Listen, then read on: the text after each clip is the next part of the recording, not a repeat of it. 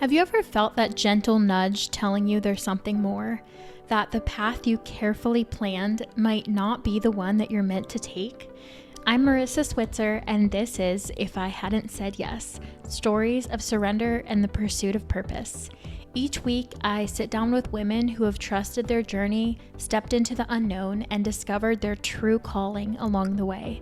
Whether you're feeling called to make a change or simply seeking inspiration from others who have taken the leap, this is your invitation to explore what might be possible if you say yes.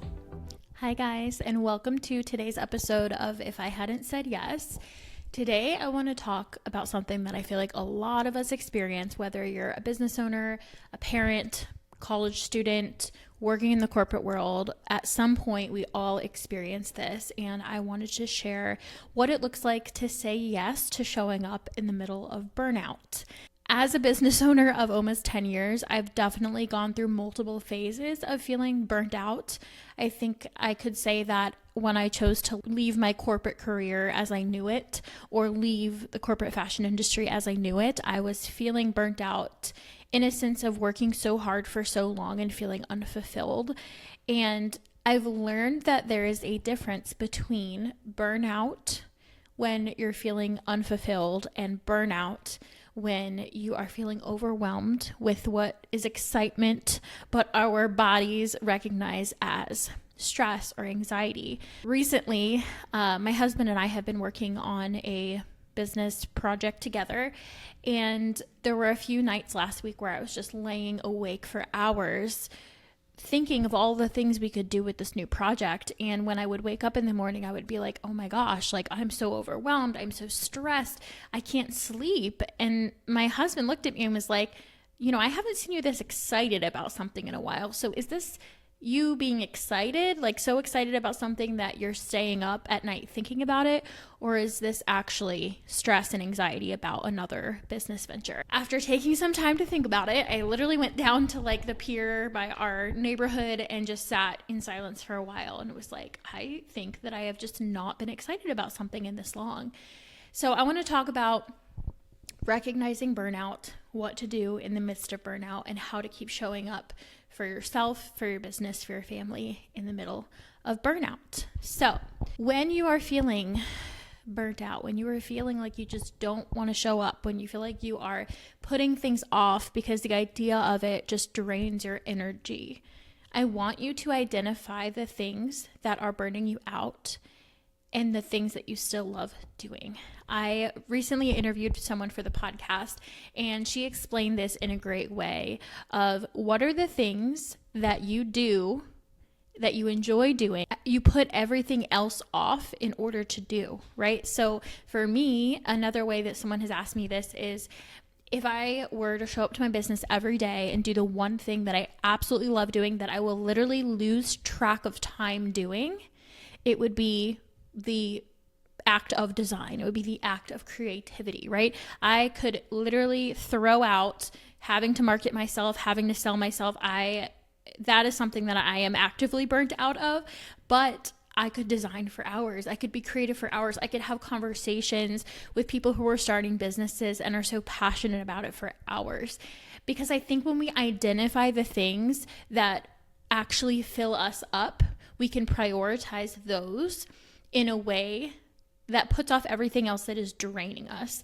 And not to say that everything we ever do in business, in life, in motherhood is going to fill us up. But if we can find what those things are and prioritize them, then we will experience less burnout. Another thing is finding things that fill up your cup that might be outside of your everyday activities. So hobbies, for example, getting outside in the sun, for example.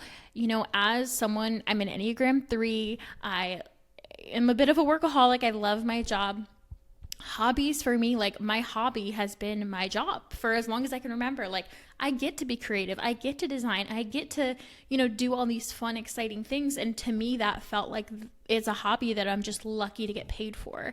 However, I have learned that when your income, when your identity is so tied to your work, your business, whatever it is, that can't be your hobby. Like, you need something that is going to mentally unplug you from that, or just allow you to kind of zone out. And a lot of times I myself am guilty of this. I listen to true crime podcasts, or, I'm walking around the house with a podcast on, and I have just learned that when you're constantly in this flow of information, it's really hard to take a break and fill back up your cup, because it is taking up mental capacity to listen to things like true crime that might be scary or make you worry or even give you anxiety.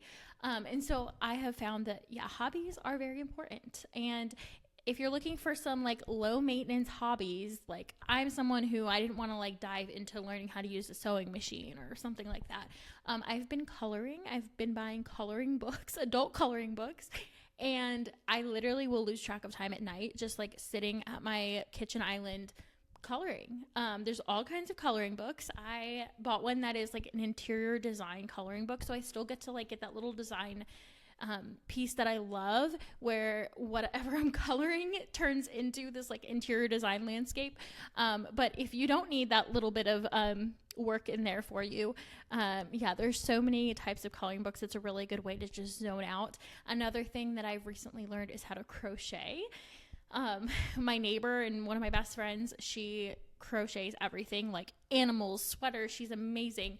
And she taught me how to crochet. And it's funny because my grandma also crochets, and she got so excited and sent me like all these crochet needles and, accessories. And she was like, oh, well, when you learn this stitch and you learn that stitch. And I'm someone who, if I'm going to do a hobby, like I literally just want to completely zone out. And so for me, doing this one stitch repetitively over and over and over again allows me to just completely zone out. I don't want to learn anything else. I don't want to make a sweater.